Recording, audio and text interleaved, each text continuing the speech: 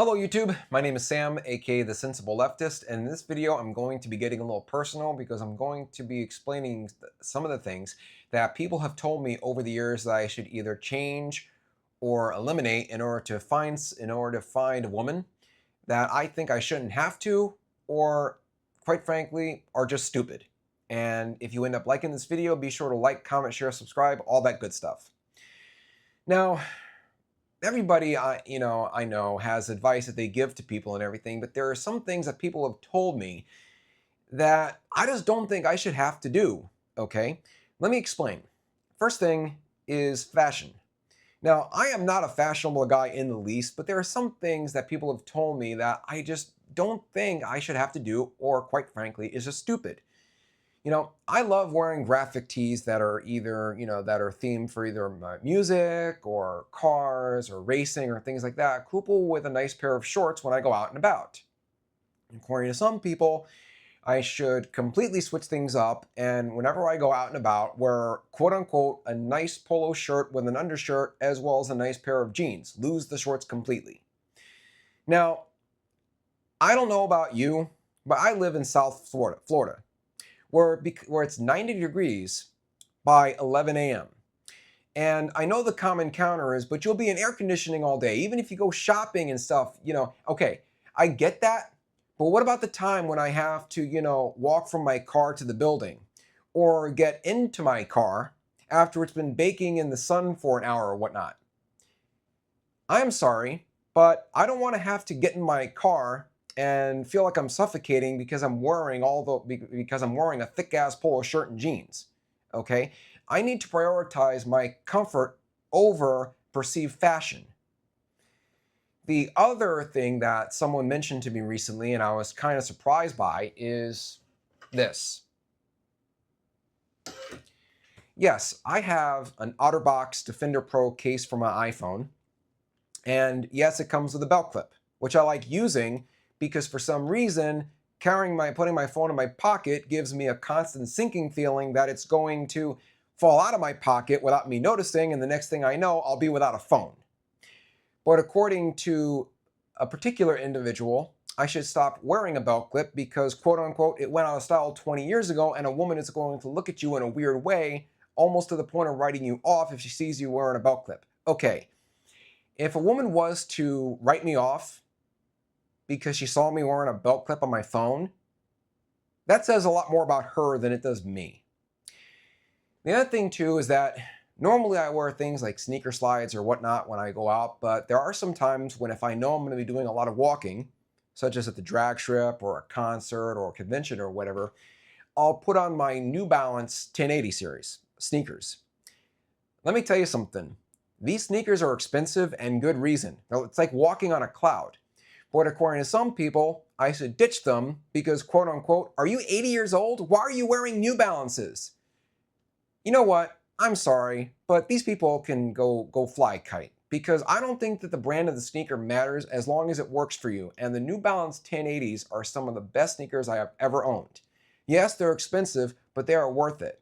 And again, if a woman looks at my sneakers and sees that they're New Balance instead of Nikes and decides to, write me off because of it, again, that says a lot more about her than it does me. And there are a couple of other things too that people have mentioned to me, like, oh, my glasses. Some people have suggested that I should get LASIK or contacts. Well, first off, contacts are out of the question because my eyes are sensitive and I would not be able to handle contacts. And number two, I just don't want to deal with the constant maintenance they require. As far as LASIK, my particular vision issue would require me to get LASIK that's of a special type that costs close to $40,000 per eye and is more than likely not covered under insurance. Yeah, number one, I don't have that kind of money laying around. Number two, even if I did, like if I wanted to make $1 million or something, I would still rather spend it on something like a cool car or whatever than spend $40,000 on a surgery that I found out is finite and you have to get it every 10, 15 years. And there's only a certain amount of times you can actually get it before you can't get it again. And then you have to wear glasses. So that's something I will not do. Okay. The other thing that somebody mentioned to me is that I should stop saying that I'm a foodie except for anything that other countries consider a delicacy, because at that point it's code for strange shit you shouldn't be putting in your mouth. According to this individual, I shouldn't be saying that because it makes me come off as an unsophisticated dolt. Well, I'm sorry for painting a harsh truth. Whenever I hear that something is considered a delicacy in a foreign country, it's some strange shit that I don't want to put in my mouth, okay? End of. And if a woman doesn't like that, well, that says more about her than me. Someone also said to me, pause for water.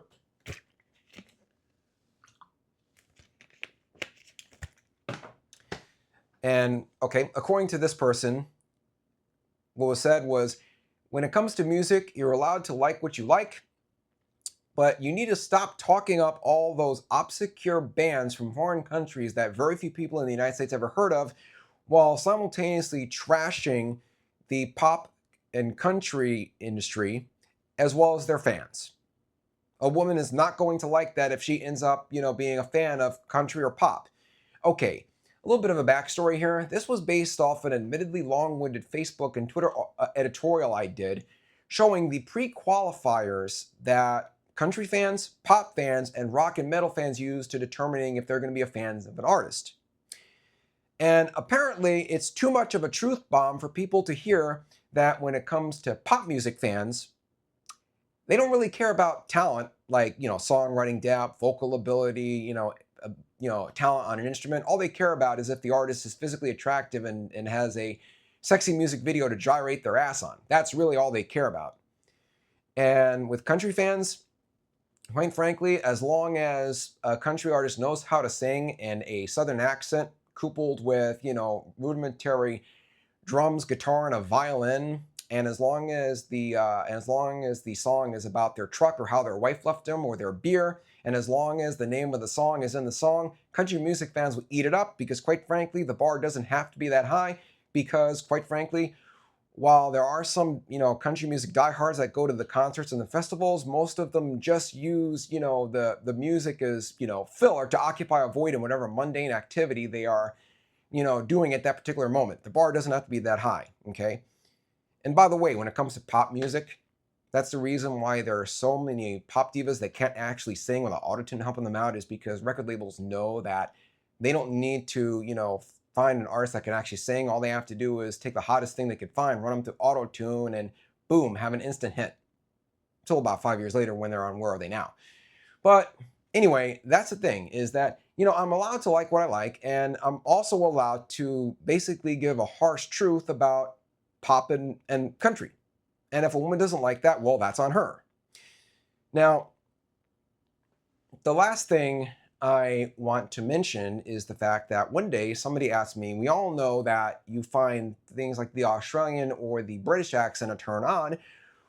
What accent do you find to be a turn off? And quite frankly, I said the Russian accent, because I find it to be nails on a chalkboard. And if I actually got set up on a date with a Russian woman, I probably wouldn't be able to stand listening to her for more than 5 minutes. And of course, this person says, your voice isn't exactly present either, Sam. Okay, in the history of dating, has a man ever lost out on an opportunity for any woman because of his voice? No, he hasn't. In fact, I'm going to tell you this right now. And I'm going to preface this by saying that even the LGBT community jokes about it and acknowledges that it's a real thing. But there are guys out there that sound gay, okay? They have what is known as the stereotypical gay accent that makes everybody think they're playing for the other team, until we find out that they're actually straight and dating or married to a woman. If the women in their lives were able to overlook those people's voices, well, they can surely, find mine okay enough to date. But anyway, that's pretty much there is for this particular video. I shall see you again soon. And once again, if you end up liking this video, be sure to like, comment, share, subscribe, all that good stuff. And I shall see you around. Bye.